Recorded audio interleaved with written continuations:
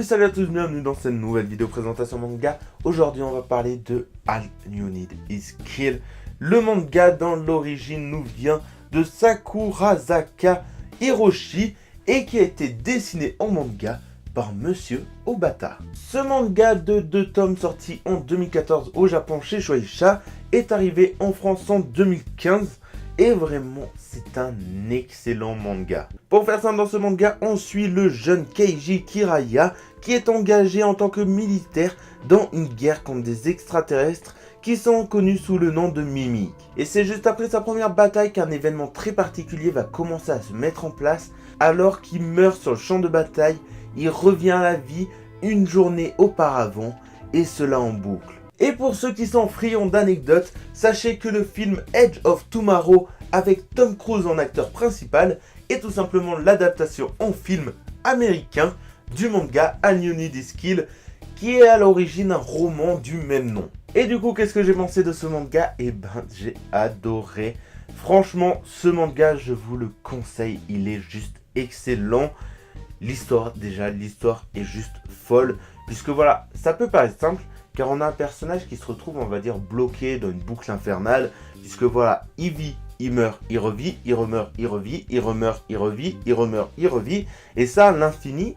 Et vraiment, malgré ça, ça devient très intéressant au niveau de l'histoire, car l'univers étant très riche, et on va dire les mimiques étant très intéressantes, parce que voilà, il y a des différents types de mimiques, il y a les serveurs, si je me souviens bien, il y a les sauvegardes, c'est vraiment très très vaste tout ça.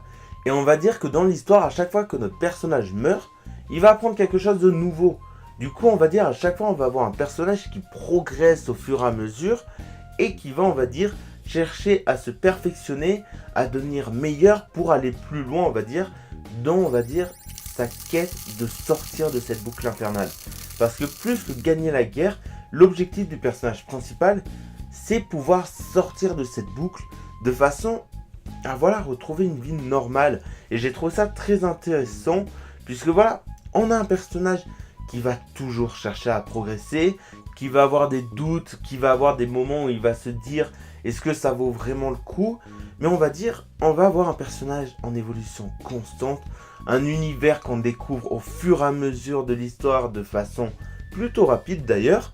Mais vraiment voilà, l'histoire, l'univers, les personnages sont très intéressants. Niveau personnage, bien sûr, il y a tous les clichés. Le personnage principal, c'est le petit mec un peu gringalé qui voilà, qui n'est pas très courageux. Il y a son commandant qui est le grand, bien costaud. Il y a la fille plutôt mignonne qui, elle, est méga badass. Et vraiment, tout ça, ça vient, on va dire, ajouter des codes classiques à quelque chose qui n'est pas forcément classique dans les mangas. Mais vraiment, voilà, niveau de l'histoire, de l'univers des personnages, c'est juste excellent. Et personnellement, je comprends pourquoi les Américains se sont intéressés tout simplement à ce manga pour en faire un film. Même si je donnerai pas mon avis sur le film dans cette vidéo. Et j'imagine que ceux qui connaissent l'ancien format de cette vidéo doivent être en train de se dire « Mais attends, il va vraiment pas parler de dessin ?» Oui, je vais parler dessin. Je suis obligé de parler dessin. Obata est un excellent dessinateur, je l'ai déjà dit beaucoup de fois. J'adore son travail, c'est pas pour rien que j'ai quasiment toutes ses séries sorties en français. J'ai même Noir et Blanc, qui est un excellent artbook. Mais vraiment voilà, j'adore les dessins, ça reste du Obata classique on va dire. Il n'y a quasiment rien à dire là-dessus, mais ça apporte toujours son petit plus à l'histoire, à l'univers, au personnage. Toujours plus facile de s'imaginer un personnage ou tout simplement les mimiques qui sont des extraterrestres. Donc de base c'est compliqué d'imaginer à quoi ils peuvent ressembler. Mais voilà, les dessins apportent énormément comme d'habitude. Et j'imagine que voilà, sans les dessins d'Obata, j'aurais probablement moins aimé ce manga. Même si au niveau histoire, encore une fois, c'est juste de la bombe. C'est la fin de cette vidéo, j'espère qu'elle vous a plu. Comme d'habitude, n'hésitez pas à me dire en commentaire ce que vous avez pensé de All You Need Is Kill si vous l'avez lu. Et moi, je vous dis à une prochaine. Il y a le sergent qui m'attend. Ciao.